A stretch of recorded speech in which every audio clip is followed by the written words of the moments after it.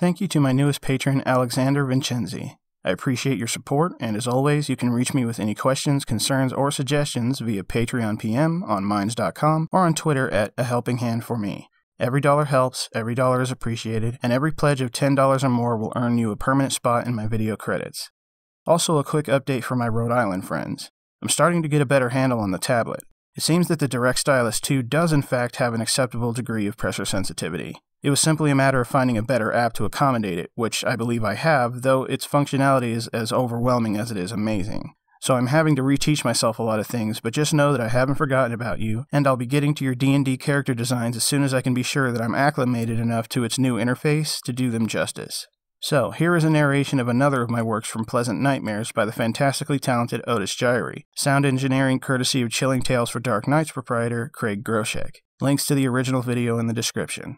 The Owl was actually the first story I ever wrote for online publication, and the first with which I ever approached any creepypasta narrator, the first of whom was TheCreepyDark back in 2012. I'm happy to say that he's still active, and would love to see him regain momentum in the future.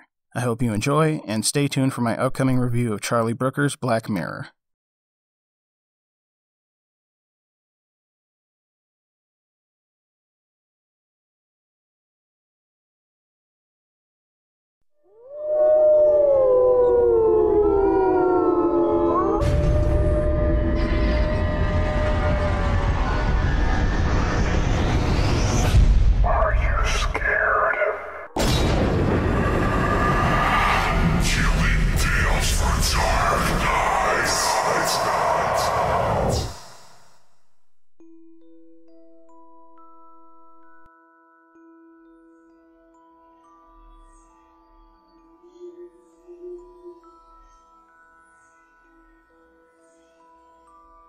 The Owl by Aaron Shotwell, narrated by Otis Jiry.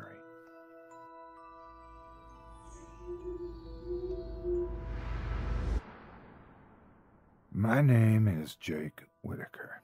I turned 90 years old a week ago today. It's funny. You go through life knowing that old age will catch up to you, and you still wonder where that time went once it does. At least, that's what the other folk around the retirement home say. I know exactly where my time went. I've seen the world from many perspectives.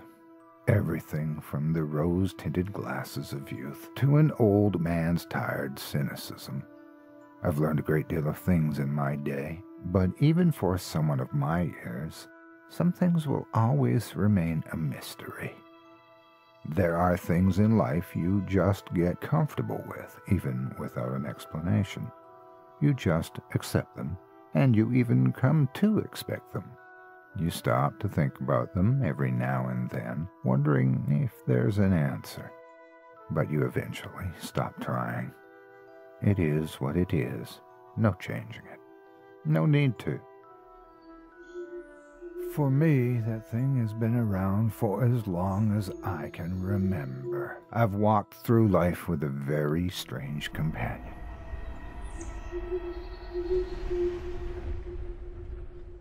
My grandfather died in the fall of 1931. It wasn't anything tragic. It was just his time. He survived until he eventually became senile.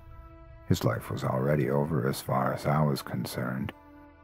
Sure, I was sad to see him go, just the same as any other little boy would be.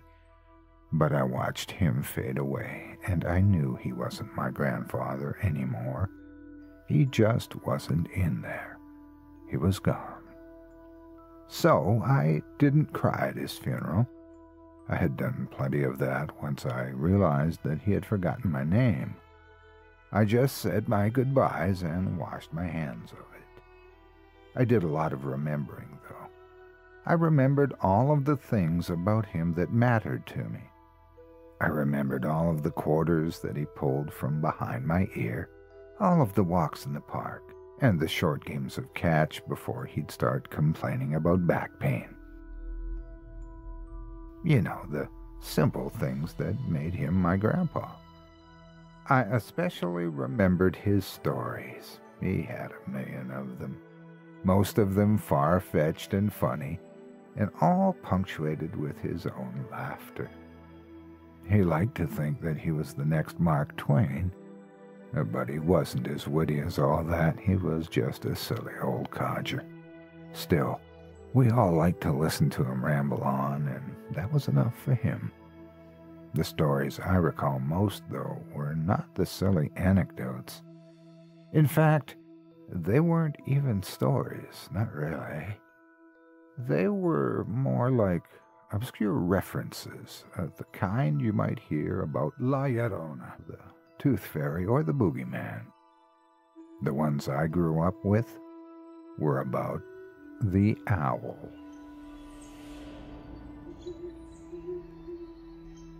There was a difference between the owl and those other creatures, though. All of these other creatures you hear about, they're urban legends because there's always a story behind them. Not the owl. Grandpa never told us what the owl was, where it came from, or what it did. The owl was just the owl.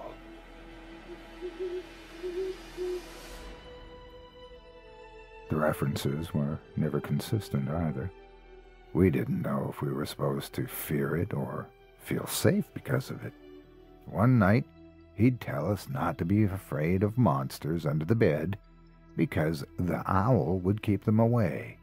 Another day, he'd tell us not to tell fibs or eat candy before dinner because the owl was watching.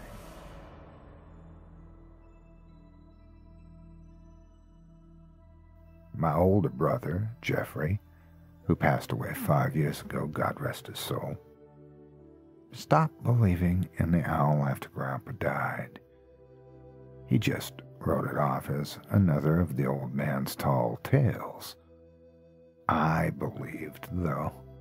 I had always believed, and I knew for sure after the wake.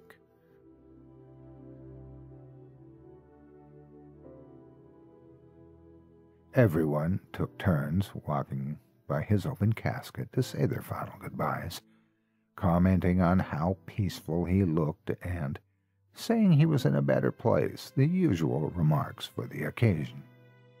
And then it was my turn. I was only 9 years old, and I still hadn't reached my growth spurt, so I had to stand on my toes a bit to see. The first thing I saw was Grandpa's face in profile, expressionless and pale, and it choked me up the way you'd expect. It was also my first experience with death, so I was much too disturbed to look for long. Then I saw something that no one else seemed to notice. Or, if they did, they didn't make any mention of it. It was tucked away discreetly between the sleeve of his coat and the casket's white silk lining, protruding no more than an inch between them. Just enough to grab my attention. It was a feather. It was long and beautiful. A tuft of snowy white down at the base of the quill, pure silver white with faint stripes of gray along the vein. It seemed so deliberately placed, but I hadn't seen anyone else put it there, and I had been nervously watching the line of mourners move ahead of me the entire time. I almost reached for it, but I knew it wouldn't be proper. For a moment, I forgot about my grandpa.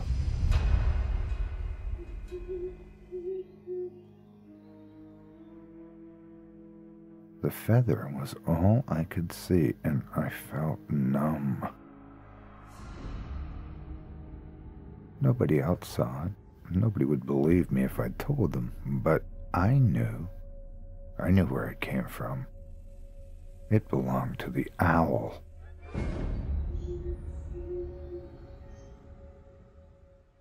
That night was a restless one for me, the first of many.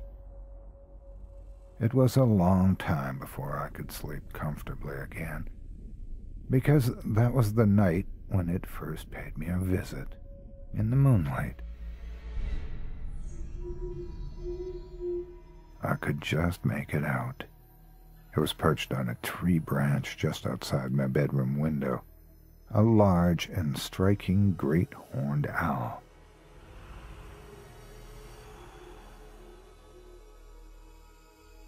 Entirely silver in appearance, even its beak and talons were sort of a dull gray. I couldn't see its eyes as they were sunken in dark hollows. Its crown feathers hung at a lazy slant, and it didn't make the fidgety gestures you would expect from a bird. Its only movement came from an occasional slight twitch, or a light rustling of its feathers in the breeze.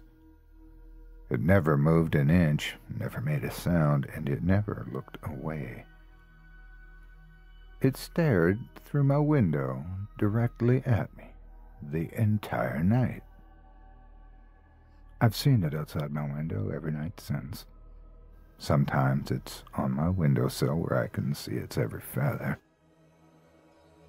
Sometime across the street in a neighboring tree, but always near enough where I can see it.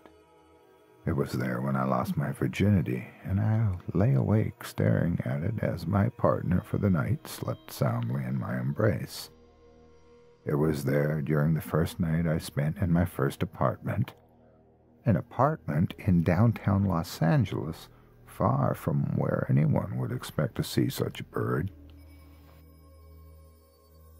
It was there on my wedding night, watching me from the window of our new home while I held my bride close.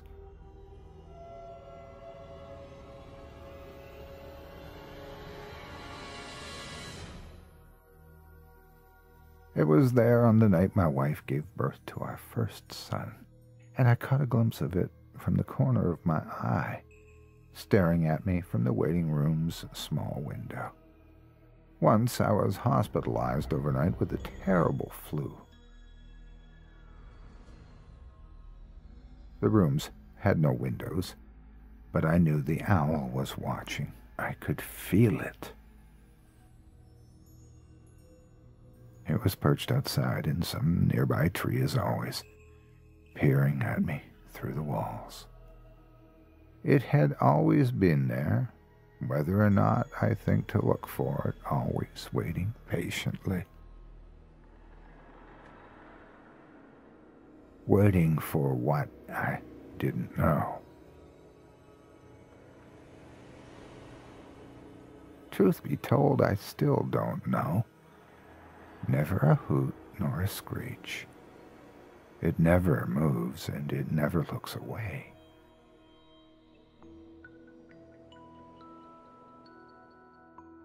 In the latter years of my life, I think I began to understand my grandfather a little better.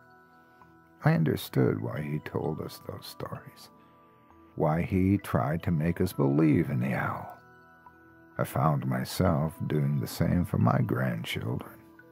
He must have believed, just as I had, that he wouldn't have to feel so alone if someone else knew. It was a quiet call for help. I can't tell you how much sleep I've lost to the dreadful sight of the owl over the years, but I eventually learned to cope. The thing about being haunted is that you just adjust to it, but you never really get used to it. Does that make sense? Things wouldn't seem quite right if it wasn't there as usual, but it's always nagging you in the back of your mind. You can never ignore it even if you want to. So instead, you try to live with it. You try to make peace with it, and it becomes a routine. For a while, I even tried to interact with the owl, though I don't know what compelled me. Perhaps I wanted to understand the thing, or just to see it do something, anything, other than sit there in silence and stare at me. Maybe I'd teach it some tricks to fetch my slippers or deliver letters. The thought made me laugh. I would often approach the window to open it, thinking maybe I could pet the bird, but it always fluttered away into the shadows before I got too close. Not for long, though. It would always return once I gave it an acceptable amount of space. Sometimes I would place a chair across the window, at a distance the owl allowed, of course. I would sit in that chair and talk to the bird, telling it about my day, my troubles, and my dreams. Sometimes I'd tell it jokes, though I knew it would never laugh. I had hoped the owl was listening, or maybe that it would respond somehow. It never did. It just sat perfectly still, as always, watching me patiently. The owl has been my strange companion, even during these final days of my life.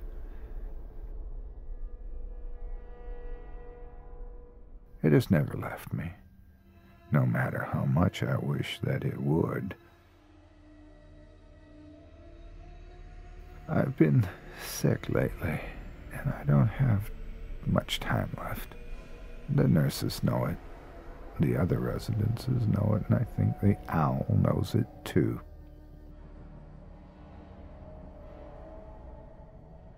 Since I became ill, around the time of my birthday last week, its behavior has changed.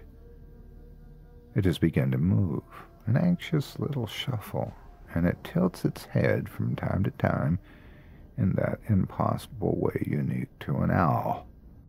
I can see its eyes now, dull amber beads and pupils wide with anticipation.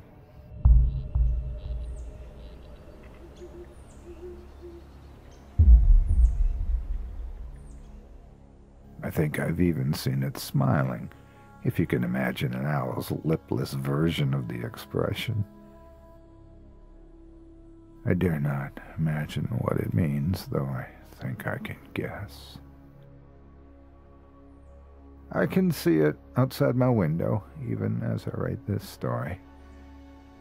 I sat down at this table to tie up any loose ends, to go over my last will and testament one more time, and maybe write a few letters to loved ones before I lose the chance.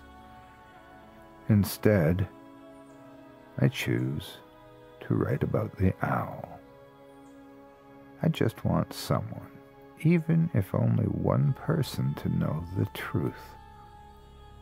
In the end, I only have one question on my mind. Will someone find the feather in my casket too? I hope it isn't my grandson. I hope he didn't believe the stories. Or he may be the owl's next obsession.